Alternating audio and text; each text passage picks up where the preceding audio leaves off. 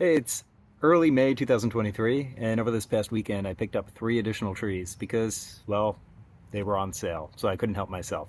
Behind me is a space that I'm dedicating to tropicals and subtropicals. Come check out what I'm growing.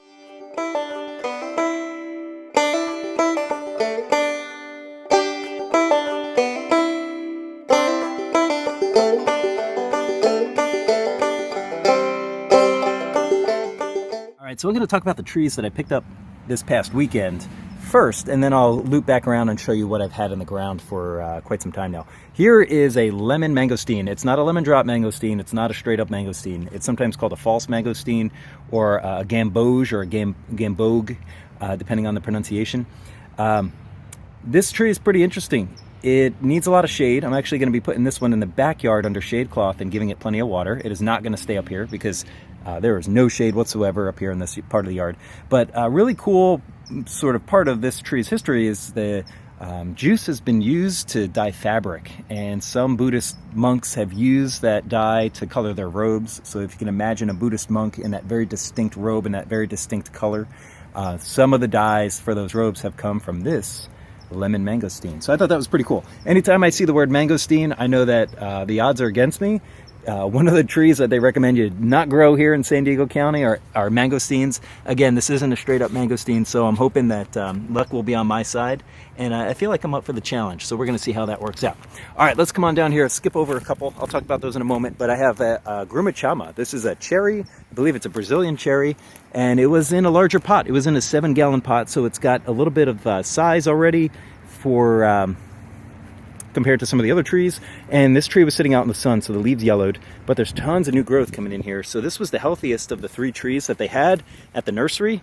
My nursery that I go to get my tropicals and subtropicals is Champa or Champa Nursery. It's located in El Monte, California, which is a little east of Los Angeles. They were running a 50% off sale, so they got me, and I ended up taking some gambles on some trees that I wouldn't have purchased otherwise. I wouldn't have paid full price for.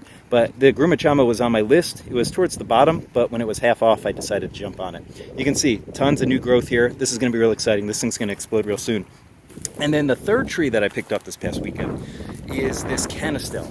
And it's a Bruce Canistel. I'm ready to potentially graft onto it at some point in the future. Bruce is not at the top of the taste chart, but it looked like a really healthy tree, and by that I mean there's tons of new growth that's coming in. You see this brown growth. There's even some right here a little further down that will give me some grafting opportunities in the future should I decide to add on some additional varieties.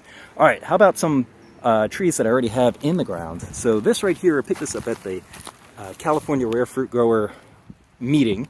There's a sort of an auction at the very end. You throw a couple bucks in the hat and they pull your ticket out and you get to choose whatever's on the table, whatever was brought in that day. And so this is a Surinam cherry. This is a Eugenia, which is actually in the same family as the Grumichama. So I like the idea of having cherries right next to the driveway.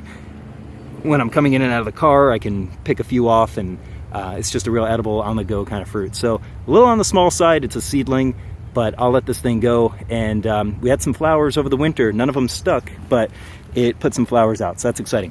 And then over here, this is another one that I had in the ground. I bought this one recently, not this past weekend, but within the last couple months.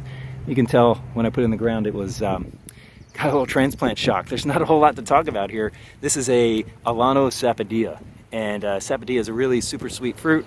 It kind of has the color of a coconut, but the shape of a SAPOTE. And this guy, not a whole lot to show here, but there is some new growth that's pushing out at the very, very ends of these branches. They are not dead yet. They never were dead, but if they're looking pretty pathetic, it's because this thing got a really bad case of transplant shock. All right, so what else do I got? I've got this guy over here, a MCDILL white sapote. This thing flowered this winter, but then we had a cold snap, and the little fruit that were about marble size, they dropped off. MCDILL is supposed to be a good variety that's really popular in Hawaii, not so much here in the States. Again, I've got some really good branches that I can graft onto. I know some more popular varieties are things like Subel.